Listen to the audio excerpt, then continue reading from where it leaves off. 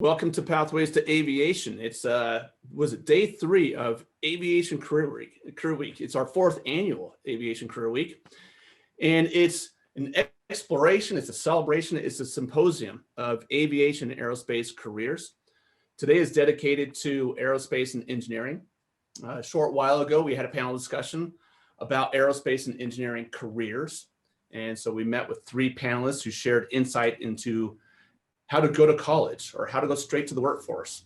And then right now, we're talking to an organization that provides aerospace education to young men and women throughout the country, or is it throughout the world? We'll soon find out. So we're very excited to meet with Civil Air Patrol, and our guest is here. But just to back it up a notch, we're Pathways to Aviation.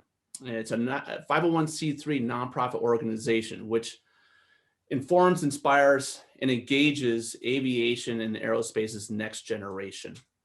It's free for any high school, middle school, college student, job seeker, whomever, who wants to come in and learn or brush up their career readiness skills so that when they go to pursue their careers, they are looking shiny, bright. Their delivery of message, either in a written or a verbal format, is appealing and compelling. And we do that a number of ways. And one of the ways is hosting these week-long celebrations like we're doing this week. But less of Pathways to Aviation and more about today's interview. I'm going to step back and let our guest moderator take over the show. He's Peter Madden. He hails from Colorado. He's been with us for a few months, several months, where he has a deep interest in aviation. And he mentors our fellow candidates. He's got great insight. And today he's going to interview Susan Mallett, who is the Education Outreach Director for the Civil Air Patrol. So Peter, I turn it over to you. It's your show, my friend. Thank you very much, Pete. Hopefully I'm unmuted and you can hear me. Gesticulate wildly if that's not the case.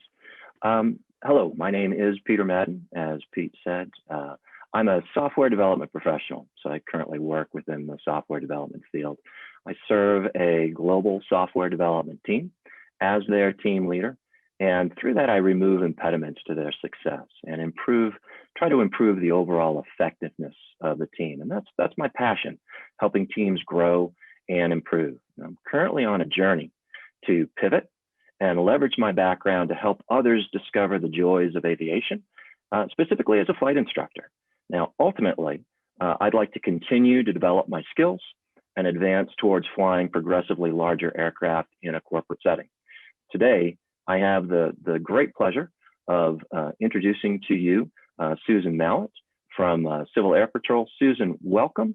Why don't you introduce yourself to the group and provide a little bit of background about CAP? I will do that. I'm glad to be here. Thank you so much for having me.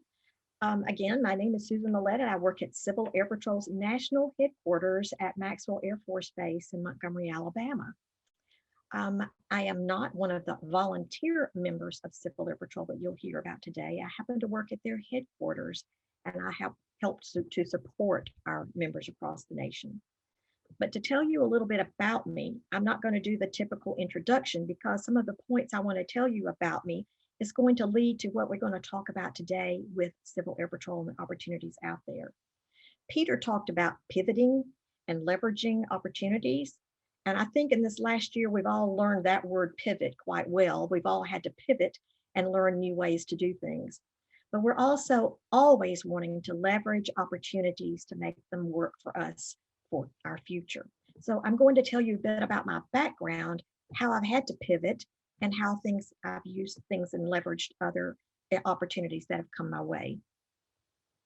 I became an elementary school teacher at a very young age. I graduated from college at 20 and started teaching at 20. So some of you are probably not even out of college yet at 20 years old and think, what were you going to do as a profession trying to teach young people at such a young age? I learned a lot during those first few years as being an educator. I learned a lot of what to do and what not to do. I made a lot of mistakes.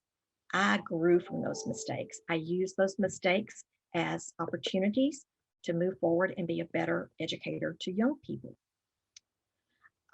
Through this time in my education, I was a first grade reading teacher. And one year, the Alabama Department of Aeronautics director, and remember those words because you're going to hear aeronautics director again in just a little while. The director of aeronautics in Alabama, his daughter was in my classroom, and he asked if I would, quote, pilot an aviation program. I knew nothing about aviation. I taught first grade reading, and I thought, what does that have to do with what I'm teaching? I have an open mind. I hope you do too. And so I took the opportunity and took the challenge and started teaching aviation education to my first graders. I used that as my theme in my classroom, and it became an awesome theme because in my community, and I hope in yours too, when you get into aviation, you'll start meeting all these awesome people. The aviation community is the most welcoming community that I've ever met. From my church to my community, everywhere I turned, some people were saying, I understand you're doing this aviation program.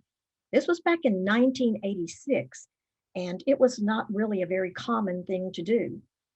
One member of my church said, we'd love to fly your students at the Aero Club we have at Maxwell. So we started flying our young students there at the Aero Club. The students then had to start earning their flights by doing better in school. We started meeting other people in Civil Air Patrol at the local squadron. Those cadets started coming and talking to my students.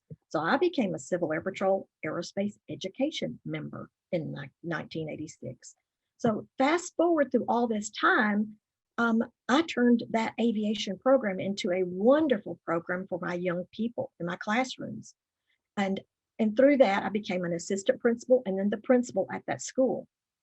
Once I became the principal at the school, I turned my entire school into an aviation themed school. So all the students were enabled to have this great little carrot or incentive dangling in front of them. If they did well in school, if they acted well in school, if they met their goals, they could go flying. At that time, the EAA did not have the Young Eagles program as they do now. So we had our local pilots to fly the teachers. Once the Experimental Aircraft Association, EAA, came along, they had the Young Eagles program where anyone ages 8 and up could take a flight, an orientation flight, and learn about aviation. So all that came to be very early on, and it was exciting and motivating for my students. I didn't know that down the line that all these connections with Civil Air Patrol, with EAA, with the Federal Aviation Administration and such would lead me to lots of other experiences. I was asked if I wanted to work with the Air National Guard and be one of their recruiters and honorary recruiter. And so I was taken on an F-16 flight and got to fly the F-16 aircraft. Not how many people actually get to do that unless you're going through flight training and such. So I got to do that. So the Navy then said, well, we'd like for you to be a recruiter too. So that I got to land on and catapult off an aircraft carrier. Before long, I was flying in an Army Guard Black Hawk helicopter and an open cockpit aircraft and on, all types of aircraft. So I had all these experiences that I brought back to the students, and that just expanded the interest in aviation at the school. I had no idea that as a first grade reading teacher, I would be doing these types of things in my life. And that is going to be the theme of what I talk about with Civil Air Patrol today, that we don't know where things are going to turn for us. I was so interested in this program, though, I wanted aviation education to be given to all the students and the young people in my Montgomery, Alabama community. And so I created science opportunities using aerospace resources, Project SOAR, so that I could develop an aviation a program or a building and program for students throughout our Montgomery area region. Little did I know that my husband at that time, father of my children, who had been working with me through all the programs and such, would end up being terminally ill. Before he died, though, we were able to build an old school bus and turn it into a mobile aerospace classroom. We put a propeller on the front and drove around town and put the young people in a hydraulic simulator in the back. And so that was really great, but we wanted this center for our students too. But once he died, I had to put that plan or that dream that I had in a closet, put it away, and not be able to do that. I thought that dream was over with. I did not know that another plan would be forward for me in the several years later. Luckily, I was able to remarry, and the gentleman I married said, "We would like to bring that dream for you alive." A new program in the nation had opened up. It's called Starbase. It's for fifth grade students to learn about aerospace type programs and using STEM, science, technology, engineering, and math. So Starbase was opening up in locations around the country, and one of my dear friends in Michigan had started that program. So my husband wrote the proposal for us to have a Starbase at Maxwell Air Force Base. We got that Starbase at Maxwell, and I thought, my dream is going to come true. I'm going to get to run this center. I didn't get to run that center. The commander at Maxwell Air Force Base wanted someone who was not a civilian, someone who worked at Maxwell who was part of the military, which I was not. I was very, very disappointed. And I thought, well, this is just not my plan. 6 years later, after my students got to go to Starbase every year, an opportunity arose where I could go and work at Starbase. Same week, someone from Civil Air Patrol's National Headquarters said, "Would you like to come and work for us and do what you do at your school for teachers all around the country?" And I thought, I'm really going for that dream that I first had about having the center. I want to be in the Starbase program. But then I thought, I could impact more people on a national level at Civil Air Patrol's National Headquarters. So my dreams changed and evolved as my life changed and evolved. And I didn't give up. I just moved on. I pivoted, and I continued to leverage all the resources that I had, the people that I'd met through my life, and tried to work on those programs and connections that I've made. So now, working at our national headquarters, I have helped to develop a kindergarten through sixth grade level specific program, just like I did at my elementary school, for students all around the country. We had over 76,000 young people involved last year. And even during COVID this year, we had 60,000 young people learning about aviation. We are using that program to teach young people about aviation, but also about how to become a good citizen and a future member of the workforce by integrating the aerospace theme through academics, through character ed, and through physical fitness of living a healthy and drug-free lifestyle.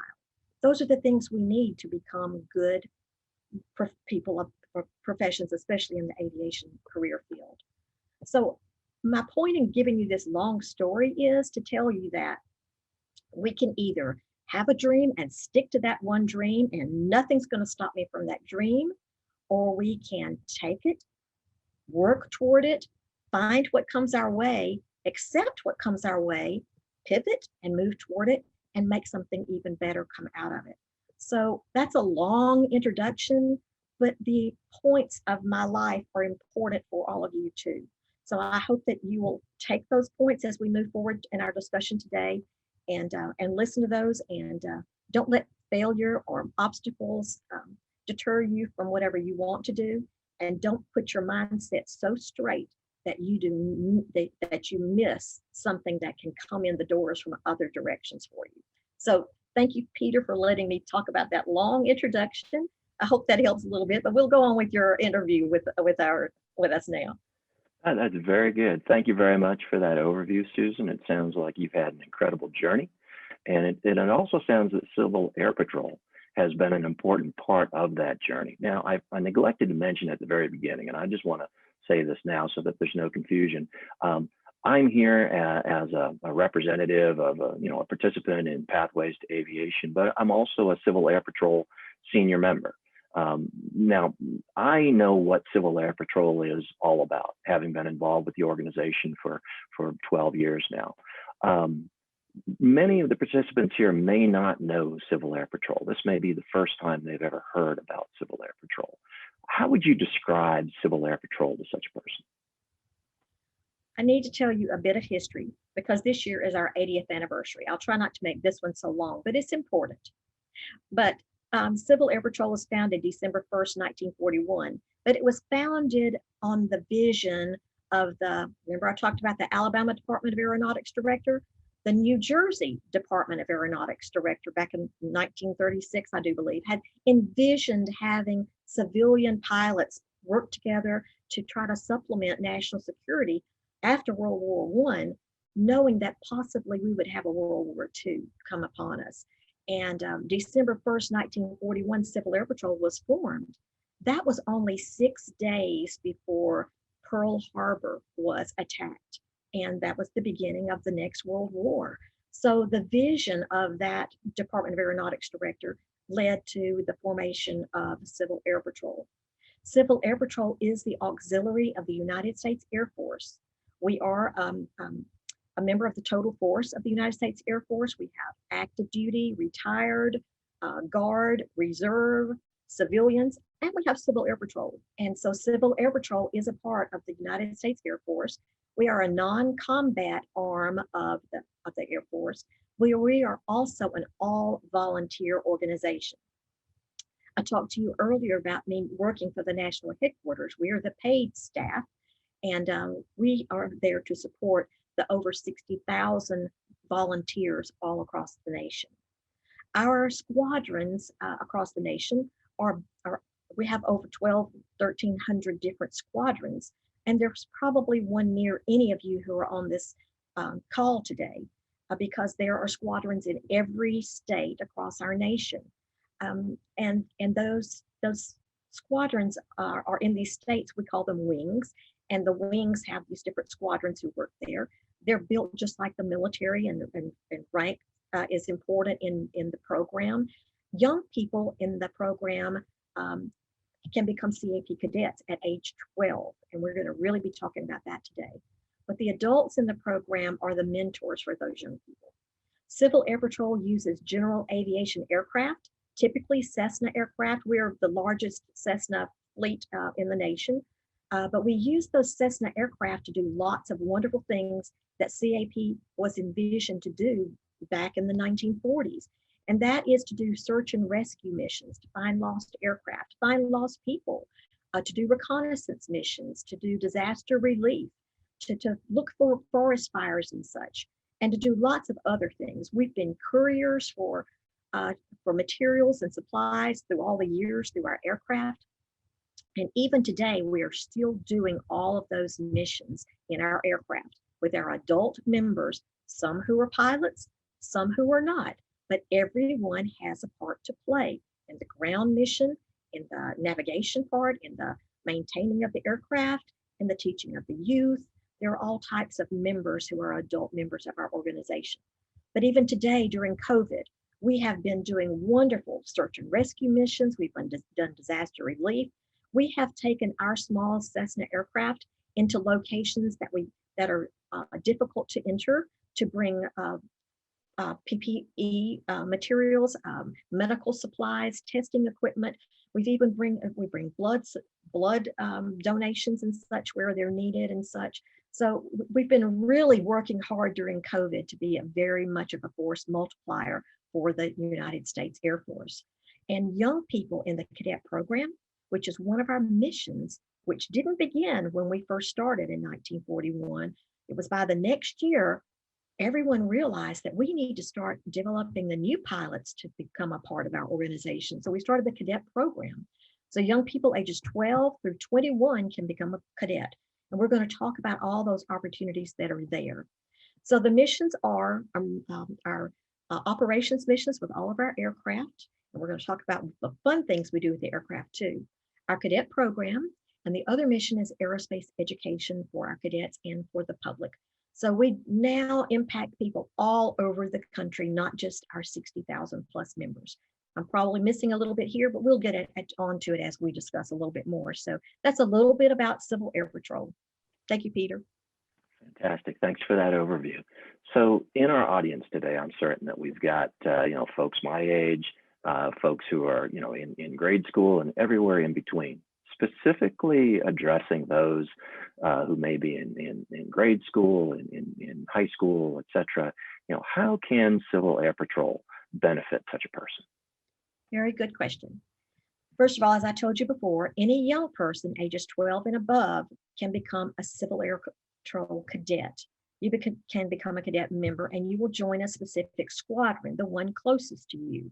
And if you Google Civil Air Patrol, on the main page of their website, there's a place that says find your local squadron. You just enter your zip code and you can find the closest squadrons. You can expand your search radius from 10 miles to 100 miles. So if there's not one within 10 miles of you, maybe there's one within 25 or 50 miles of you.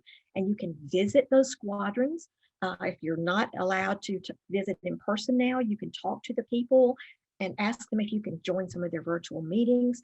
And then when you can meet in person, go visit one of their meetings. They welcome visitors to come there, but you need to plan ahead to come and visit. Typically, their meetings are on weekday evenings. And so those would be the times that you would go and visit on the night that they tell you to come. And when you join, if you decide to join, you'll have lots of opportunities that are out there for you. We're going to go over a lot of those opportunities, but I'll quickly tell you that you have a weekly meeting and you learn about leadership, about character development, about physical fitness. Remember, those are all things we need as we're growing to become adults and become a professional in the world. And then community service and such. We have opportunities to explore aerospace, education, career pathways. On the weekends, there are encampments where the cadets group together and have a whole weekend of maybe launching rockets or doing a flight academy and doing fun things that are going to help you in your programs. One of the greatest opportunities of being a cadet is being able to fly in Civil Air Patrol airplanes. So you have orientation flights. And I understand that Peter does those orientation flights too, but you can fly in either powered or non-powered aircraft, gliders and such. And you can fly in the front seat. You can have the opportunity to try to fly the plane. But before you do that, you're going to be given great orientation or pre-flight briefings to get you prepared for that so you'll know what's going on. And the good thing about it, this connects with what you're learning in school about science, technology, engineering, and math, all those STEM concepts. When you start listening to your pilot tell you about all the concepts there, you're going to start connecting the dots between what you're learning in school and aviation and how those things become real, how they can be relevant to you in your life. So those are really great opportunities for you. We have scholarships for our cadets in Civil Air Patrol. We even have a brand new program where our young people can be in Civil Air Patrol's Cadet Program for at least 2 years. We want you to get the groundwork first, go to some flight academies and go to flight training. There's scholarships for those. But we have a new Wings program where our young people can actually earn their private pilot certificate at no cost to them as they're a part of the CAP Cadet Program. Now, being a CAP cadet costs a little bit of a membership fee, and we'll help you as you need with membership fees. We'll help you get supplied with your uniform that you'll wear to your squadrons. So there's all those things that we can help you with. But to become a private pilot while you're in Civil Air Patrol, get your certificate and be ready to move on to your life and your dreams for aviation is something great within Civil Air Patrol. So Peter, I'm going to let you take it on and tell them a little bit about their orientation flights. Well, thank you. I appreciate that. Yeah, just this weekend, actually, I had an opportunity to go up with 2 cadets, and we spent just about 45 minutes to an hour with each cadet. Did thorough pre-flight, talked about the various parts of the aircraft. They get familiar with the control surfaces and, how does the aircraft fly in the first place? How the dickens do we get something that's this heavy, right, with 3 human beings in it up in the air? So we talk about that. We talk about the forces of flight, thrust, drag, lift, etc. And we talk about the physiological aspects of flying. I've been on some of those search and rescue missions that you talked about earlier, looking for a lost hiker. I was trying to converse with someone in the back seat, and I kept turning my head and looking at the map that they had, and all of a sudden, my stomach didn't feel quite so good because signals that my body was getting from my head moving back and forth, and with the signal that my brain was getting from my eyes, that was 2 different signals, and all of a sudden my stomach felt a little bit queasy. So I had to, just relax and just get used to it. And that's actually, it's part of the learning experience, because, we're designed to have our feet planted firmly on the ground, not necessarily floating around up in the air. And so it takes a while to get used to it. So it really is an eye-opening experience for both the cadets as well as the senior members, in just getting that education that you talked about as far as aviation in general, how the aircraft works, the physics involved with that. There are so many different aspects. And also just the life experience. A cadet that goes up in an aircraft will forever have that memory with them. And no one can ever take that away from them. And it's just something that will travel with them the rest of their lives. Now, Susan, I come from a software development background, and perhaps there's someone out in the audience who, is interested in aircraft, but, is more interested in the engineering side of it, or they're interested in software development and that sort of thing.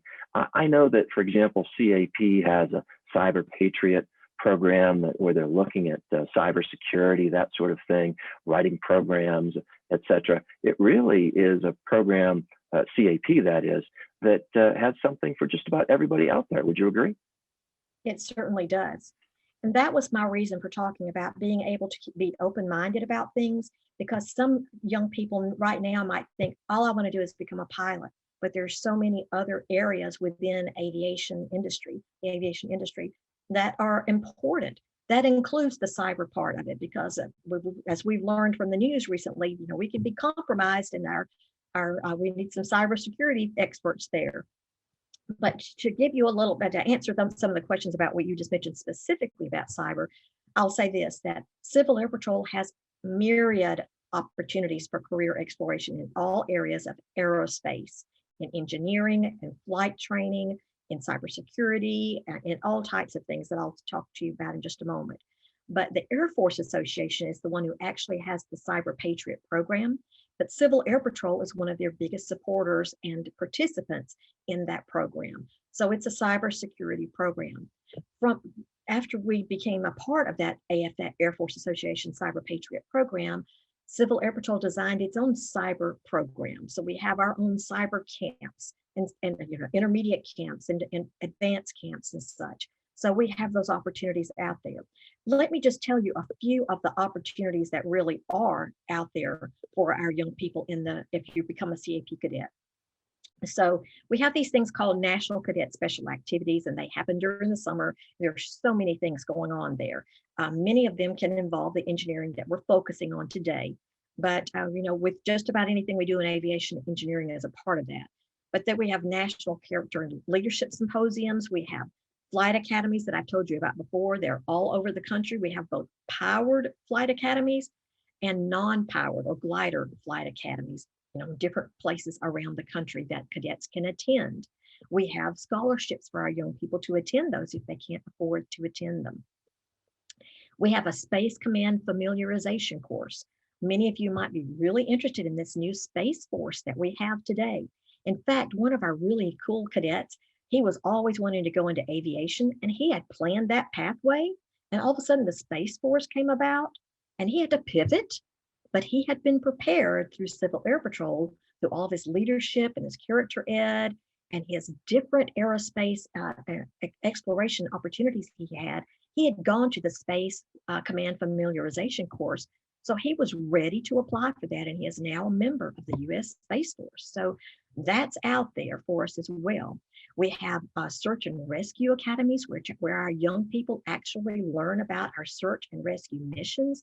We have engineering technologies academies, learning about robotics.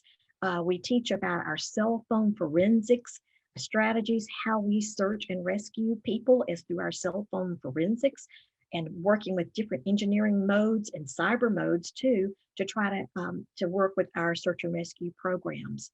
We have honor guard academies for those people who like the drill and the process of being a part of a honor guard or drill team. We have, let me see what else we have. Civil engineering academies that we have. Let me see what else I'm looking at here. We have private pilot ground school academies. We have CAT national competitions. We have all types of things as well as cyber programs. And we have also, I'm sorry, I've lost my computer here. Please excuse me. I'll have to get back to you. And we're here back again. Please excuse me. We also work with a systems toolkit, which is developed to teach about satellite programs and such. And you can compete in another national competition called Stellar Explorers, also by the Air Force Association. We partner with, we talked about other organizations earlier. We partner with all these organizations to develop and prepare and present to our young people all these National Cadet Special activities. We work with EAA, Experimental Aircraft Association. Once you have your orientation flights that Peter told you about, your name is then submitted to EAA and you become a young Eagle pilot. You're on their rolls. So with that comes special privileges. You get the Sporties Pilot magazine, you get part of your trainings that are there for you. We have also new small UAS or unmanned aerial vehicles or drones, whatever you want to call them. We have new programs in that you can be a part of. And that includes, some cyber coding and some security type issues that is involved there. But we have just so many opportunities that are there. But I want to back up for just a moment, because all of this is exciting for you. But when you go back to your classroom, if you have teachers who are not helping to perpetuate what you've learned or help you with what you've learned, that sort of inhibits a little bit of your enthusiasm back at school. So we have a special teacher program. We put teachers up in an airplane and we get them excited about aviation. And that brings that excitement back to the classroom. We have free STEM kits for your teachers and for the squadrons that our cadets work with. Those STEM kits, there are over 20 of those, but we have them in the areas of aviation, cyber, and space. So you're interested in aviation and such. So I'll tell you this, that we have flight simulators that can be put in your classroom so that you and your fellow students can learn about flight simulation there. We have remote control aircraft where you can work with the Academy of Model Aeronautics and they can come and train you on how to fly remote control aircraft. We have training systems and such in place for those STEM kits that are free to your teachers and to our squadrons. We have a new VTOL, a vertical takeoff and landing aircraft in our STEM kit program. We have drones, quadcopters, and other different type of small UAS. And we have training for our cadets. They can help train and work with our adult members in these programs. So I'm just going on and on about all we have. And I'm telling you this because we want you to keep your mind open about what you might want to do in aviation, because there are so many pathways, as we're talking about here, to be in aviation. So all that's available for all of you and your teachers. So introduce your teachers to our programs. We'll put them up in the airplane and get them all excited, and you will have a really good person who will help mentor you and help you get connections to where you need to be for your next steps. Excellent. Thank you very much for that overview. I was thinking as you ended your comments, you were talking about pathways in aviation.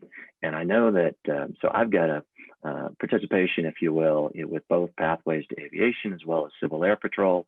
And I know that at some point, right, the cadets age out of the program, as they get to be that 21, 22, you're ending high school, you're going off to college, etc.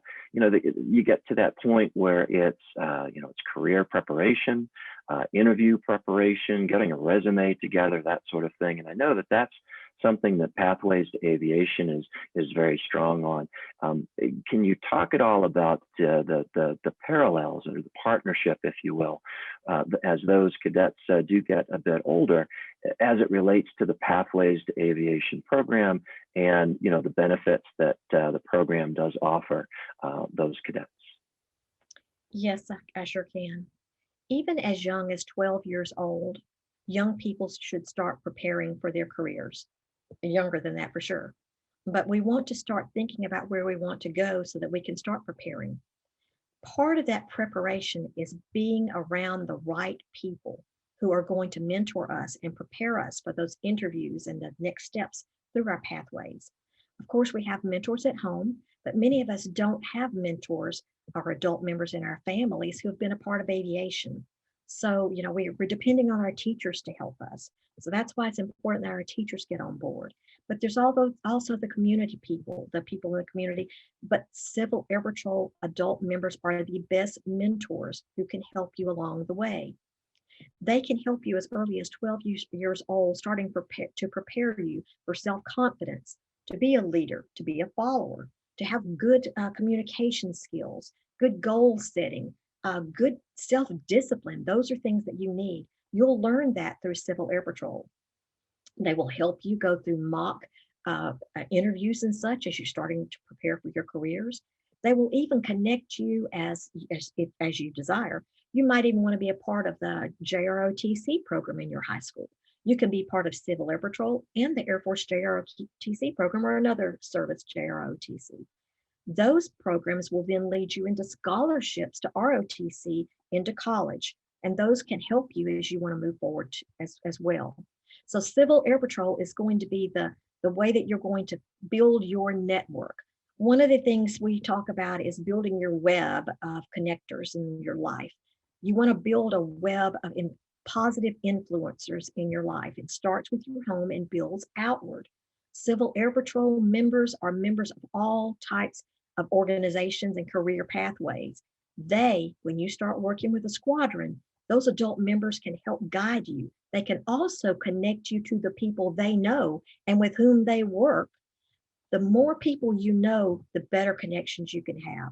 The more times you get to interact with these people, the more confidence you will build in yourself and you're being able to talk about what you want to do.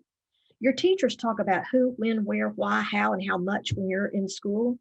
Those things are important as you're building your life skills as well. So taking Civil Air Patrol and all the experiences that they offer to you, all the scholarship opportunities they offer to you, the mentorship, even leading to your private pilot certificate, if you already have that before you even enter college, those things are important. So when you go to either college or into a career interview and prepare for that, your resume is going to get you in the door. So you want to make sure you've got a full resume of all these things you've done in Civil Air Patrol, because they're going to give you community service opportunities. They're also going to give you the opportunities to mentor younger students. And through our young our teacher programs, you can take some of our programs and start mentoring younger people. That's great community outreach. That's really good on your resume as well. But you want to start talking about who do you know? Where have you been? What have you done? How much have you done? And those things come to play when you're building your resume, and you can build it out from what you've done in Civil Air Patrol. Just the great opportunities out there for international travel, for scholarships, and for the experiences. But when you get to that interview, once you get there, you're going to have to sell yourself. Civil Air Patrol is going to help you build that self-confidence and build that understanding of what an employer might want from you. The who, what, when, and where. They're going to want to ask, who are you and who have you been around? Who have you had experiences with? Who have been your mentors? Those types of things brought up in interviews are very, very important. The why you want to be involved. I think if you've been in Civil Air Patrol for quite a while, you're going to know the whys, because you're going to have experience being on a ground team, in the air, doing some of the search and rescue missions, and some of the maintaining that you do, the avionics that is involved. So you're going to know the whys that are there. The what you've done, where you've been, what you've experienced, the how you think you could be a part of their organization. Civil Air Patrol is going to help you understand the how you could be a part, because if you've spread your wings enough in all these experiences, you're going to be able to pull in that. And then when do you think you want to grow within our organization? You never want to stay where you are, and you want to give your potential employer your plan for growth within their organization. Civil Air Patrol can certainly provide all that for you through the adult mentorship that leads you from day one until you become an adult. Once you end your 21-year age group, you can stay in Civil Air Patrol and become an adult member and start then actually contributing as a pilot or a team member in these actual missions. So this is very exciting for me to talk about, that you can be a CAP cadet and move into the adult membership like Peter is, and contribute and give back to other young people and what you've learned from them. So I hope that sort of answers the questions that you asked, Peter. I think I tell a little bit more than what you wanted, but I think it's important that they know that there's so many opportunities out there that we can't pull it into a box and talk about it in a short amount of time. Oh, you knocked it out of the park. Thank you very much for that. And I was thinking as you were going through that, and I've participated in Pathways to Aviation now for, 3/4 of a year or so. And I see a lot of parallels with what you were describing as far as building up soft skills, building up leadership abilities, et cetera, and the networking that's available. Those are the sorts of things that are available to me as a Pathways participant. So again, I just see a great deal of parallel between the two. If I may, as we look to wrap this up, you talked earlier about a Civil Air Patrol member who pivoted into aerospace, that sort of thing. If you have one or two examples that you can think of just where people find themselves today, cadets that may have been involved in the program earlier, went off to college, went off to whatever profession they chose, where are they now? Can you give the audience here an idea of what might be possible? Great. That's one of the most exciting things. We have lots of CAP cadets who have gone on and done great things. We have a lot of CAP cadets who have done nothing that they thought they were going to do when they were a cadet, but they've used those skills they learned in the CAP. One is astronaut Eric Bowe. He was a cadet in the Civil Air Patrol. All these people I'm going to talk about were cadets, and now they're doing something great. Colonel Eric Bowe is working with the Artemis program of the commercial spaceflight program, and he's flown, of course, in the space shuttle and such. But he was a cadet in Civil Air Patrol in Texas, but he maintained his membership, and he is still an adult member in the CAP squadron, and he mentors those cadets there. So he still thinks Civil Air Patrol, one, made an impact on his life, but two, continues to make an impact, and he's giving back through that continuous membership in CAP. The first female Thunderbird pilot, Nicole Malikowski, was a CAP cadet. She's an awesome role model for our young people. She didn't know where she was going, but Civil Air Patrol gave her the basis for that. We have some great female generals now in leadership positions in the Air Force who were CAP cadets and give credence and accolades to CAP as giving them that start in their program. Two that you might think are pretty interesting of current things going on.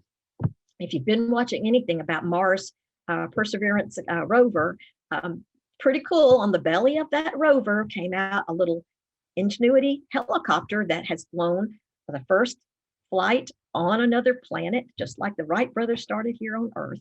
So engineers had to develop that, and it's taken them years to develop that and to learn about the engineering process both on this Earth and on the surface of Mars.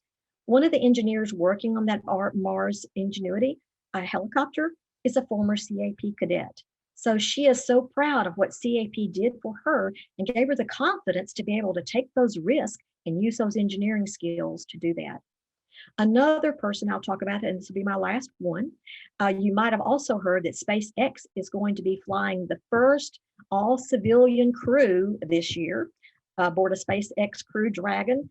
That crew is the Inspiration 4. And one of the members is a female former cadet. She was a former cadet in New York. She now works in the Arizona wing as the director of aerospace education. So she's still giving back. So she never thought that her work in Civil Air Patrol would lead her to this opportunity, but it gave her all the opportunities she needed, and she continued with those opportunities so that she was a prime person to be selected as one of the 4 civilians going on that flight. So these are just a few examples I can give you right here, Peter. Excellent. Susan, thank you so much. Thank you so much for your time today, for your insights. I'm thinking back to the time when I was in a grade school in Atlanta, Georgia. I wish that I had someone like yourself who came in and provided this information, because I was that kid who was flying the remote control airplanes, that sort of thing. And I've been blessed with the career that I've had, but the opportunities I could have had as well if I got on the aviation side a little bit earlier. But nonetheless, Susan, thank you so much for your time. Really appreciate you being here. Pete, I'm going to hand it back to you for any closing comments you might have, sir. Peter, I just want to thank you for moderating this, because it was amazing. You guided it the right way. You're being a CAP member. I mean, it gives you deep insight into the conversation that you just had with Susan, and it came across as a conversation and not as a presentation. So because of you, you made it like really special. So thank you so much. Susan, you used a word, myriad. I had no idea everything that CAP does, all its education programs, all those opportunities for young people and old fogies like myself can get involved and get involved with CAP for a lifetime. So thank you for sharing that. That was amazing. We invited you on because we believe in Civil Air Patrol. Half our board are former members or current members. We believe in what it does for cadets. Just the other day, as part of another project that I'm on, we had a scholarship review process, and one of our recipients is a CAP member. And why did we select that person? Because of the soft skills that individual has learned, and he was able to articulate it into a scholarship application, which won the award. So we know what it does for the young men and women. So we're so thankful for you sharing that, and we're so thankful for the relationship that we have with Civil Air Patrol. So I know that this is just the beginning of what will be an amazing relationship, and having you on has been a blessing to us. So thank you very much. With that, Pathways to Aviation, we're all about career readiness. Susan mentioned all those career readiness tips. I won't have to reiterate it because she already shared them. We work with young men and women, cadets included, through a step-by-step process to help them develop their career readiness. So we're reviewing their resumes. We're working with them on their elevator pitches, which Peter opened up with. We work with them on their interview preparations so that when they go into interview for a scholarship or college admissions or a job, they are looking great.